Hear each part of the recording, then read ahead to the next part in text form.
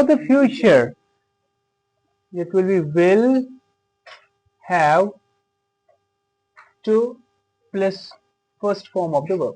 यहाँ पे भी हमें वर्ब की फर्स्ट फॉर्म का यूज करना पड़ेगा, ठीक है।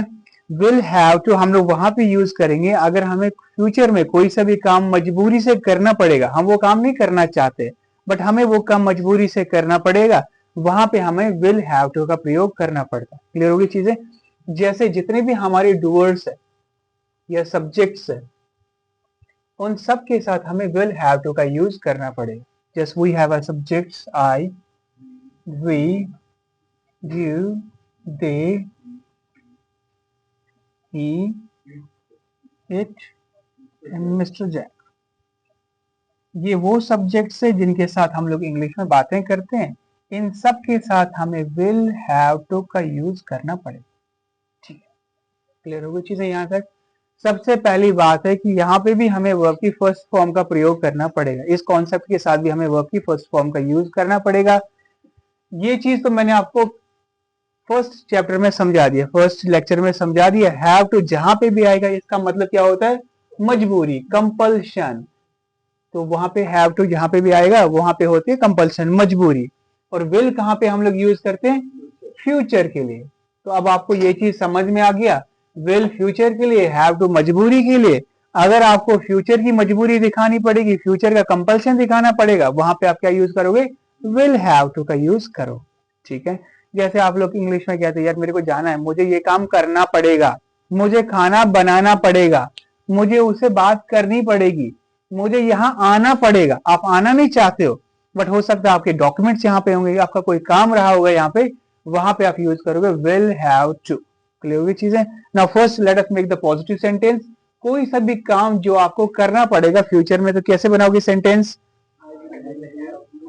I will have to come here। I will have to come here।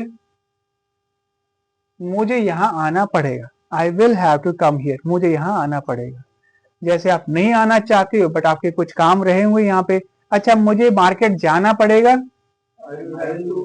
I will have to go to market। अमन को यहाँ आना पड़ेगा, Aman will have to come here. Positive sentence है, उनको ये काम करना पड़ेगा और आपको उसके साथ बात करनी पड़ेगी, you will have to talk to him. जैसे कुछ दोस्तों के बीच में लड़ाई होती है, अब मैं कह रहा हूँ यार उसके साथ तो आपका क्या रिश्ता है, क्या आपके साथ देने लेने देने पैसे है, अब आप एक काम करो, आपको उसके साथ बात करना ही पड़ेगा। तो कैसे बताओगे, you will have to talk to him. आपको उसके साथ बात करना ही पड़ेगा। अगर आपको इस कंपनी में जॉब चाहिए, आपको इंग्लिश बोलना ही पड़ेगा, you will have to speak English. और आपको इंग्लिश पढ़ाना ही पड़ेगा, you will have to teach English. For the negative sentence, how can we make the negative sentence, मुझे यहां नहीं आना पड़ेगा, I will not have to come here. मुझे यहाँ नहीं आना पड़ेगा, I will not have to come here. Have to आएगा मजबूरी के लिए, यहाँ पे भी बस केवल विल की वजह से हमें ये पता चल रहा है हम लोग फ्यूचर की बात कर रहे हैं। आपको गाना नहीं गाना पड़ेगा,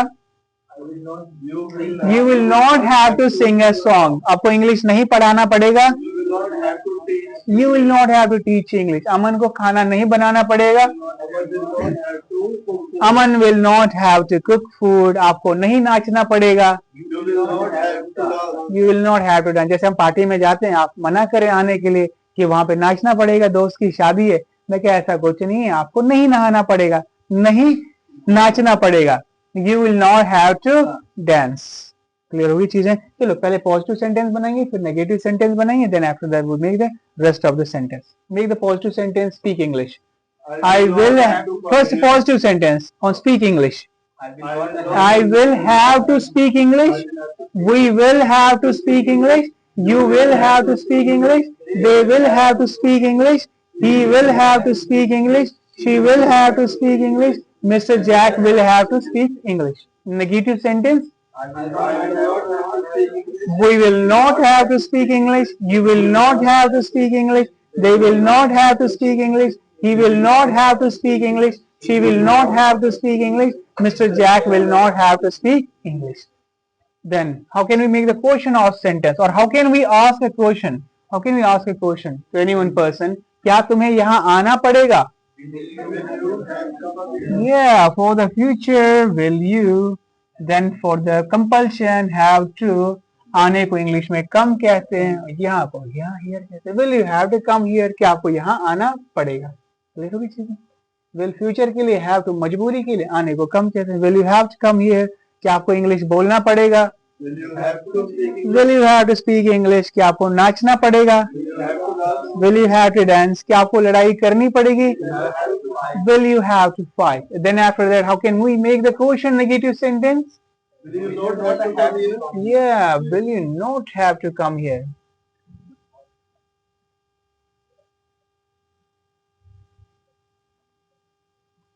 जैसे ये पता है कहाँ पे यूज करते हैं हम लोग ये सेंटेंस, जहाँ पे जेलसी होती ना हमें अंदरूनी, यार हमारे मेरे दोस्त को ना मेरे को तो मेरे को तो आना ही पड़ेगा, मेरे दोस्त को नहीं आना पड़ेगा. हम फिर उसको पूछते हैं क्या तुम्हें नहीं आना पड़ेगा?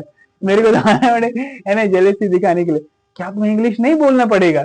है क्या तुम्हें लड़ाई नहीं करनी पड़ेगी? क्या तुम्हें उसके साथ बात नहीं करनी पड़ेगी? तो वहां पे वो चीजें दिखाने के लिए क्वेश्चन नेगेटिव. वैसे इसको यूज बॉडी लैंग्वेज के लिए हम लोग ज्यादातर यूज करते हैं. Will you not have to come here? Will you not have to talk to her? Will you not have to speak English? Will you not have to join today? क्या तुम्हें आज join नहीं करना पड़ेगा? So at that time we use question negative sentence. Then after that, how can we make the reason of sentence when we ask the reason to any one person? Why will you have to come here? Yeah, great. Why will you have to come here? आपको क्यों आना पड़ेगा यहाँ पे भैया? तो आपका तो सारा काम हो गया.